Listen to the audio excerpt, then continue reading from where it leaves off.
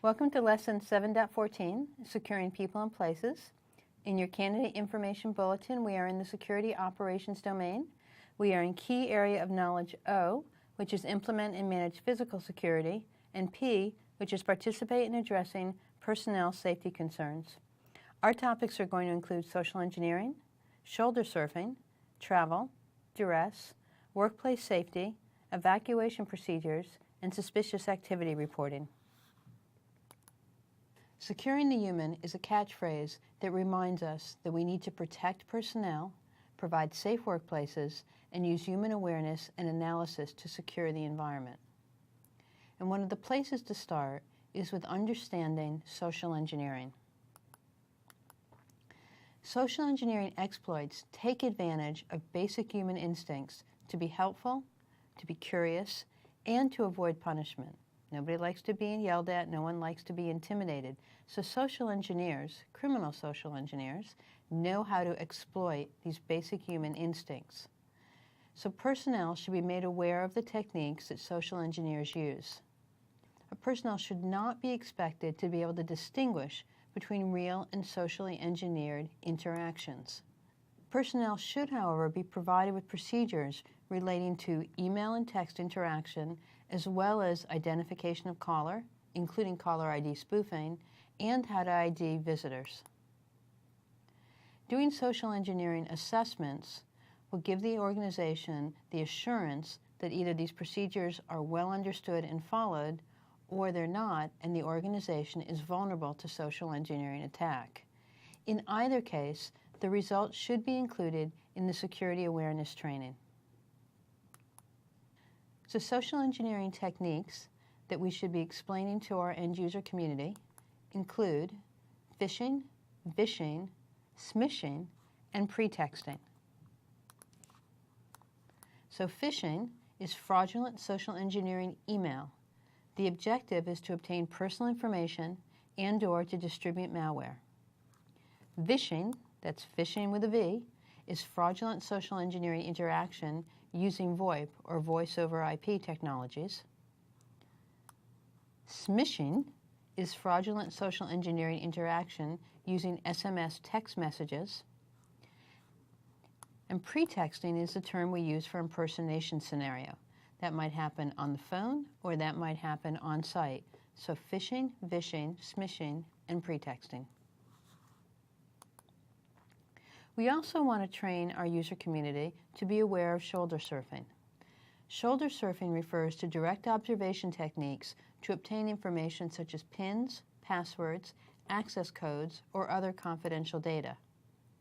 So shoulder surfing techniques include close proximity viewing or eavesdropping, use of binoculars or other vision-enhancing device, overt picture taking, using a concealed recording video or audio device, or using some type of surveillance apparatus. Prevention techniques include privacy screens, keypad shields, not exposing sensitive data, and being aware of surroundings. Personnel often travel with mobile devices and/or connect back to network resources. So personnel should be provided with travel requirements and guidelines, including but not limited to encrypting all mobile storage, having no expectation of privacy when they're on the road. So if they connect to a foreign network, they should have no expectation of privacy. They shouldn't connect to unknown wireless networks. They should never leave their devices unattended. They should never hand their devices to strangers, especially those that say, "Can I take your picture?" And that they should report a lost or stolen device immediately. So again, personnel who are traveling, we want to make sure that they've got good guidelines so we can ensure security best practices when they're on the road.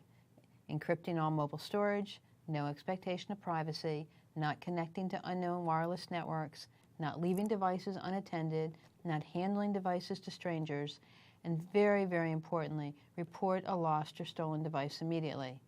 And if you have a mobile device management solution in place, as soon as you receive that report, you can then remote wipe that device.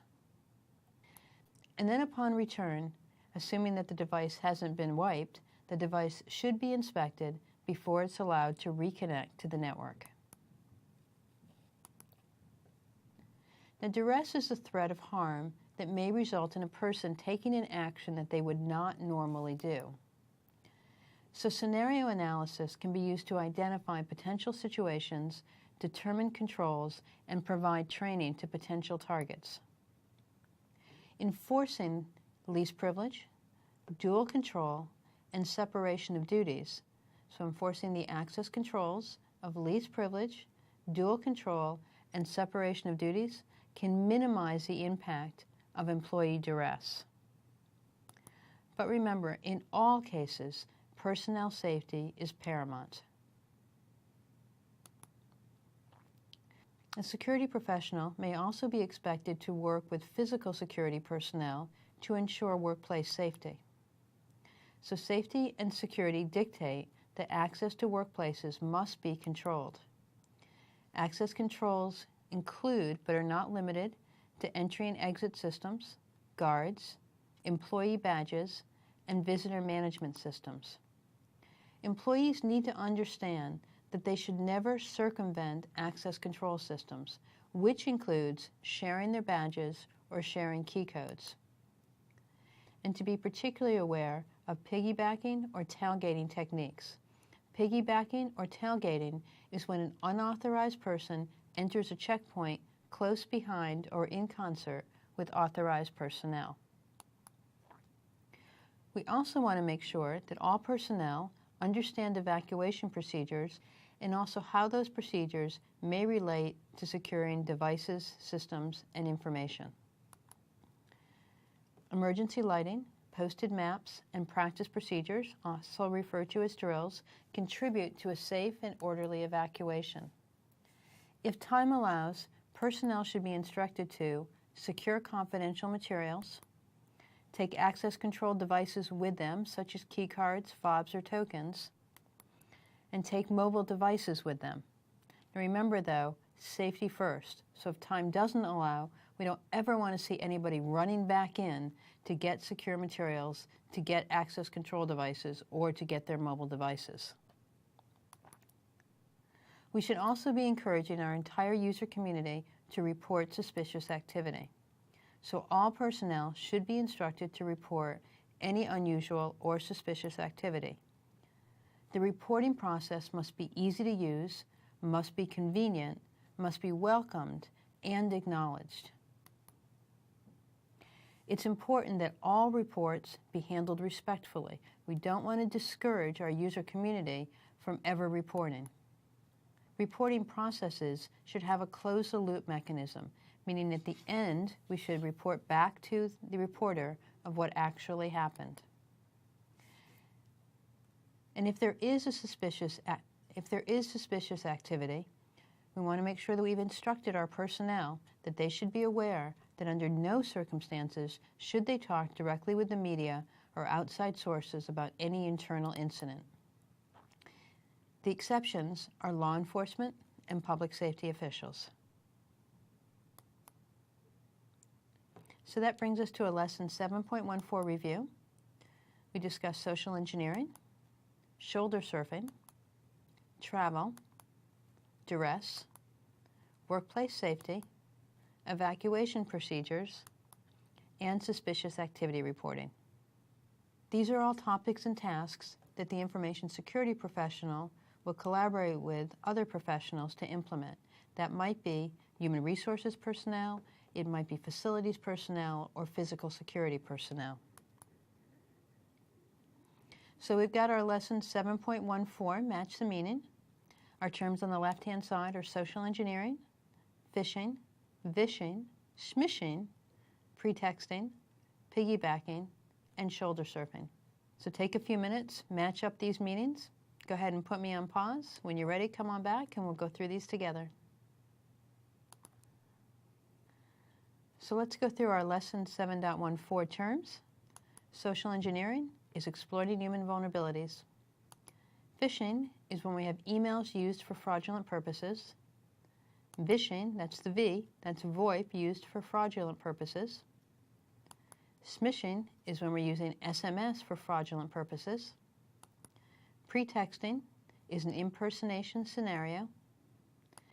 Piggybacking is getting through a checkpoint by closely following an authorized user. And shoulder surfing is direct observation techniques.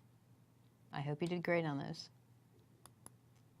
So let's end 7.14 with our CISSP exam tips. Remembering that all mobile devices should be encrypted, that social engineering exploits take advantage of basic human instincts, and that users should be encouraged to and rewarded for reporting suspicious activity. So thanks for joining me for this lesson, and I look forward to seeing you in the next.